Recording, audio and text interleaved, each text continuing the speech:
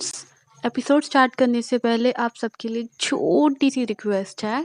मैं यहाँ पे नई हूँ, मुझे आपके साथ और प्यार की बहुत ज़रूरत है। प्लीज़ गाइस मुझे सपोर्ट करें, मेरे चैनल को सब्सक्राइब करें। Please please please please please guys मेरा साथ दें। तो अब हम एपिसोड स्टार्ट करते हैं। ड्रामे की स्टार्टिंग में फीमेल लीड सुशियन को दिखाया जाता है जो शादी नहीं करना चाहती है। वो इसलिए घर से भागने की कोशिश की पर उसका डैड उसे पकड़ लेते हैं और फोर्स करते हैं शादी करने के लिए। तो सुशी कहती है, डैड मैं आपकी बेटी हूँ, आप मेरे साथ ऐसे कैसे कर सकते हैं। डैड कहते हैं, तुम्हारी हिम्मत कैसे हुई शादी से भागने की। मैं जानता हूँ तुम मेरी बेटी हो। शाओ फैमिली चाइना की रिच फैमिली है।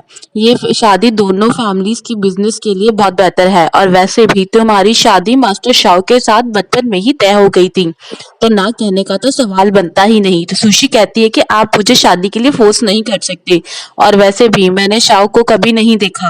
अगर वो मोटा लंगड़ा काना एक नंबर का छिछोरा लड़का हुआ तो भी मैं उससे शादी कर लूं, मेरी लाइफ तो बर्बाद हो जाएगी। डैड कहते हैं कि बकवास बंद करो, मास्टर शाओ एक जेंटलमैन और चाइना का अमीर है लड़का है जो तुम्हारे लिए काफी है। सुशी कहती है, अगर वो इतना ही अच्छा है तो अपने लिए कोई और लड़की ढूंढ ले, वैसे भी मुझे शादी से डर लगता है। डैड कहते हैं कि जब तक तुम्हारी शादी नहीं होती तुम इस घर में बंद रहोगी। ये कहते ही बॉडीगार्ड को उस पर नजर रखने के लिए कहकर चले जाते हैं। बॉडीगार्ड भी उनसे पीछे पीछे ही जाते हैं। तो मौका देखकर सुशी अपने हाथ खोलकर खिड़की से कूदकर भाग जाती है। गार्ड्स आते हैं और उसे वहां देखकर ना ढूंढने निकल जाते हैं। दूसरी तरफ ड्रामे का लीड एक्टर शाओ यान को दिखाते हैं और ये भी अपनी शादी से भाग कर आया है।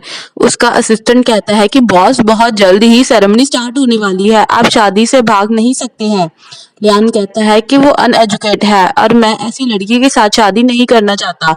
एक काम करो, मेरी जगह तुम उससे शादी कर लो। ये कहते ही वो कॉल कट कर देता है। सुशी डैड के बॉडीगार्ड्स को बच्चे भाग रही होती है और भागते भागते वो लियांग की कार के सामने आ जाती है और फिर बॉडीगार्ड से बचने के लिए उसकी कार में बैठ जाती है। सुशी उसे राइडर समझकर कार ड्राइव करने के लिए कहती है।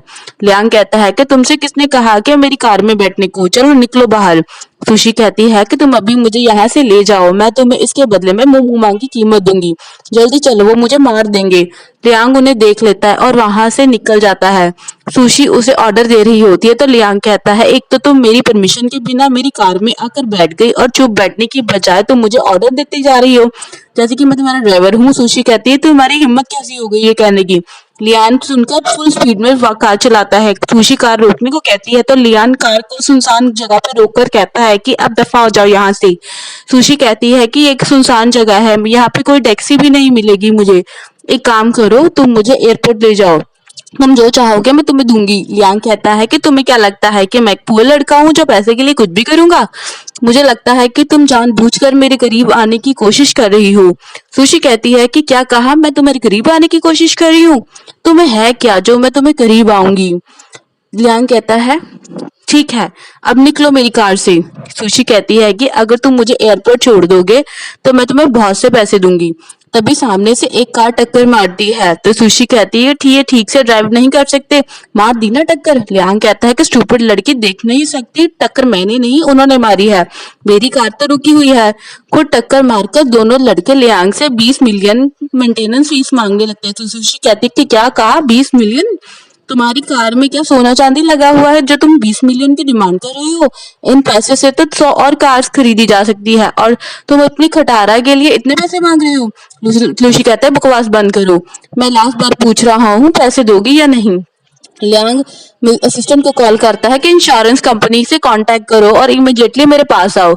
सुशी कहते हैं कि बड़ा आया पैसे लेने, 20 मिलियन तो क्या, मैं तुम्हें 20,000 भी नहीं दूंगी। लूसी उसे कहता है कि तुम खुद को समझती क्या हो। ये सुनकर सुशी उसे पीटने लगती है तो मुजू कहता है कि तुम्हारी हिम्मत कैसे हुई मेरे भाई को मारने की, तुम्हें हमें पैसे देने होंगे नहीं तो अपनी जान से हाथ धोना पड़ेगा। ये कहते ही मुजू उसे मारने लगता है तो लियांग और सुशी दोनों उसे पीटने लग जाती है। लूजू मुजू को पीटने के चक्कर में सुशी को भी चोट लग जाती है। लियांग उसका ड्रेस साफ करने लगता है तो सुशी उसे कहती है कि तुम क्या कर रहे हो। लियांग कहता है कि हिलो मत, तुम्हारे मुंह से खून निकल रहा है। इस अब फिर उसे साफ करने लगता है तो सुशी कहती है, रहने दो मैं खुद साफ कर लूंगी। तभी लियांग को असिस्टेंट कॉल करके कहता है कि मास्टर शाओ आप कहाँ हैं? ग्रैंड माँ को पता चल गया है कि आप अपनी शादी से भाग गए हैं। उन्होंने ऑर्डर दिया है कि अगर आप अपनी वाइफ के साथ घर नहीं आए तो वो आपको शाओ फैमिली की प्रॉपर्टी से बेदखल कर देगी। लियांग कहता है कि ठीक है मैं कुछ करता हूँ। सुशी को भी डैड की कॉल आती है जो कहते हैं हमारी हिम्मत कैसी भागने की, मैंने तुम्हें कुछ ज्यादा ही बिगाड़ दिया है, वापस आ जाओ नहीं तो मैं तुम्हारी टांगे तोड़ दूंगा। डैड की धमकी सुनकर सुशी सोचती है कि डैड को समझाना वाकई बहुत मुश्किल है और इस तरह से शादी से भागना कोई सोल्यूशन नहीं है, मुझे कुछ और करना होगा। तभी वो लियांग को गौर से देखती है और उससे पूछती है कि तुम सिंगल हो?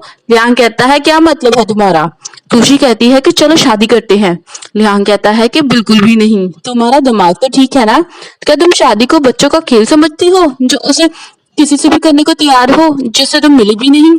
शादी लाइफ का इम्पोर्टेंट इवेंट है, ना कि कोई गुड्डा गुड्डी का खेल। और वो मैं देख रहा हूँ कि तुम अपनी शादी से भाग कर आई हो। क्या तुम जानती हो अपने फियांसे को बताए बिना किसी और लड़के के साथ शादी करना धोखाधड़ी है? जब सीधी वजह से बात नहीं बनी तो सुशी ने इमोशनल तरीका इस्तेमाल किया। वो रोकर कहने लगती है कि मेरी फैमिली मुझे एक बुड्ढे के साथ शादी करने के लिए फोर्स कर रही थी। मेरे पास शादी के पास को भागने का कोई और रास्ता नहीं था। तुम मुझे अच्छे लड़के लगते हो, प्लीज मुझे बचा लो, सिर्फ 3 मंथ तक। इस बीच तुम मुझे जो कहोगे मैं करूंगी, मैं तुम्हारी गुलाम बन के रहूंगी। ध्यान सोचता है कि इसकी ऑफर बुरी नहीं है, ये लड़की चालाक है पर उस गवार से अच्छी है। अभी के लिए इससे शादी कर लेता हूँ। ये कहते ही वो उसे कहता है कि मुझे तुम पे यकीन नहीं। तो सुशी कहती कि हम दोनों एक ही कश्ती के सवार हैं। मैंने अभी सुने जो तुम्हारे असिस्टेंट ने कहा, तुम्हारी जवानी बुढ़ापी में बदलती जा रही है और तुम्हारी फैमिली तुम्हें शादी के लिए फोर्स कर रही है, तो हम दोनों के पास यही एक रास्ता है, तो क्या कहते हो? लियांग कहता है कि ठीक है, जिसके बाद दोनों मैरिज सर्टिफिकेट ले लेते हैं। लियांग कहता है कि हमने शादी कर ली, लेकिन ये बात याद रखना हमने सिर्फ 3 मंथ का कॉन्ट्रैक्ट किया है, उसके बाद हम दोनों अलग हो जाएंगे। सुशी कहती है कि तुम फिक्र मत करो, 3 मंथ पूरे होने के बाद मैं तुम्हें डिवोर्स दे दूंगी और मैं तुम्हें इन 3 महीनों की सैलरी भी दे सकती हूँ, बस तुम मुझे अपनी कीमत बताओ। लियांग कहता है कि क्या कहा? सैलरी? कोई जरूरत नहीं है, तुम जैसी होमलेस लड़की को मैं अपना ख्याल रखना चाहिए। तभी लियांग को उसकी मॉम की कॉल आती है जो उससे कहती है कि क्या तुम मुझे मौत की घाटी उतारना चाहते हो? अगर तुम मुझे जिंदा देखना चाहते हो तो जल्दी से घर आ जाओ। लियांग कहता है कि ठीक है मैं अभी घर आया। मॉम से बात करने के बाद वो सुशी से कहता है कि मुझे कुछ इंपॉर्टेंट काम है, मैं चलता हूँ, अगर तुम्हें कोई काम हो तो कॉल कर लेना। ये कहते ही वो चला जाता है। सुशी कहती है कि अरे रुको, कहाँ जा रहे हो? कोई बात नहीं, नेक्स्ट टाइम हम सैलरी की बात कर लेंगे। तभी सामने से डैड का सेक्रेटरी बॉडीगार्ड्स के साथ आ जाता है। सुशी भागने लगती है तो बॉडीगार्ड उसे पकड़ कर ले जाते हैं। मॉम मैरिज सर्टिफिकेट देखकर कहती है कि अच्छा तो तुम इस लड़की से शादी कर ली। लियांग कहता है कि मॉम मैं सच में इस लड़की से बहुत प्यार करता हूँ और जब मैं उससे शादी कर ली है तो प्लीज मुझे टेन फैमिली की उस गंवार लड़की के साथ शादी के लिए फोर्स करना बंद करें। मॉम कहती है कि बदमाश लड़के, तुम किसी और से प्यार करते थे तो ये बात तुमने मुझे पहले क्यों नहीं बताई?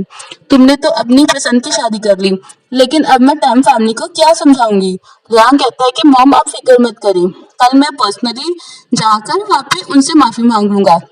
मॉम कहती है कि बस अब यही एक रास्ता है। अच्छा अपनी एक्स ब्राइड को कितने पैसे दोगे? लियांग कहता है क्या पैसे?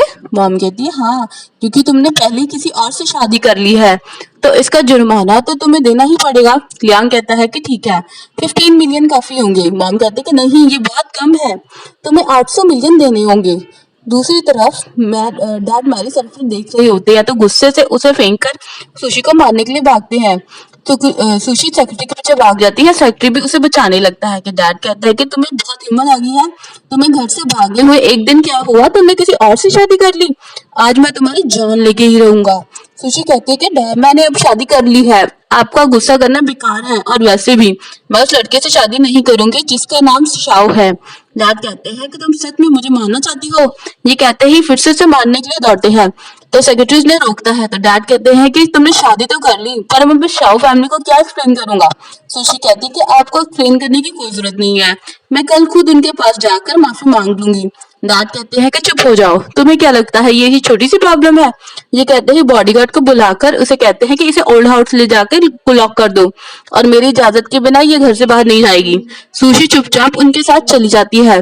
सेक्रेटरी कहता है कि मास्टर हमें शाओ फैमिली से निपटने का कोई रास्ता निकालना होगा, अगर ये प्रॉब्लम सॉल्व ना हुई तो हमारी लेडी की रेपुटेशन खराब हो जाएगी। डैड कहते हैं कि ठीक है, तुम गिफ्ट की तैयारी करो, कल मैं शाओ फैमिली जाकर उनसे माफी मांग लूंगा। तभी डैड को पता लगता है कि मास्टर शाओ उनसे मिलने के लिए आया है। लियांग आता है, डैड घबराने लगते हैं कि अब इसने अपनी वाइफ के बारे में पूछा तो मैं क्या जवाब दूंगा।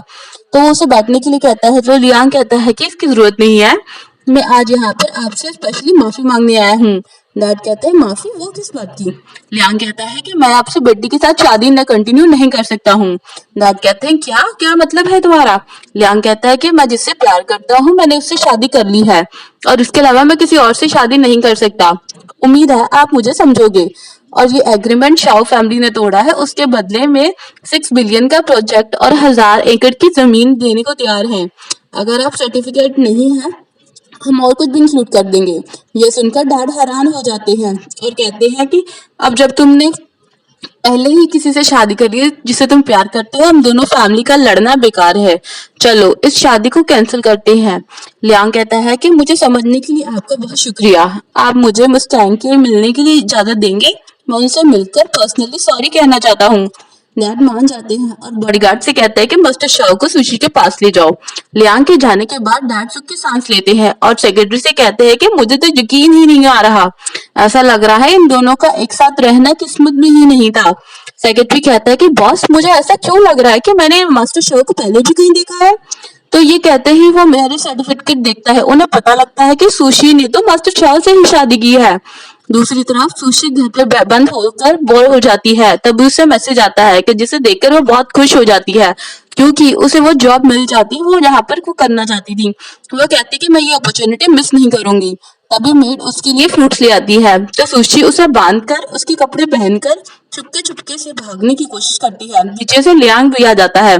सुशी गिरने वाली होती तो लियांग उसे बचा लेता है और यहीं पे हमारा ये पार्ट एंड होता है। अगर आपको हमारा ये पार्ट अच्छा लगा है और नेक्स्ट पार्ट भी देखना चाहते हैं कमेंट करके जरूर बताएं। Bye, thank you.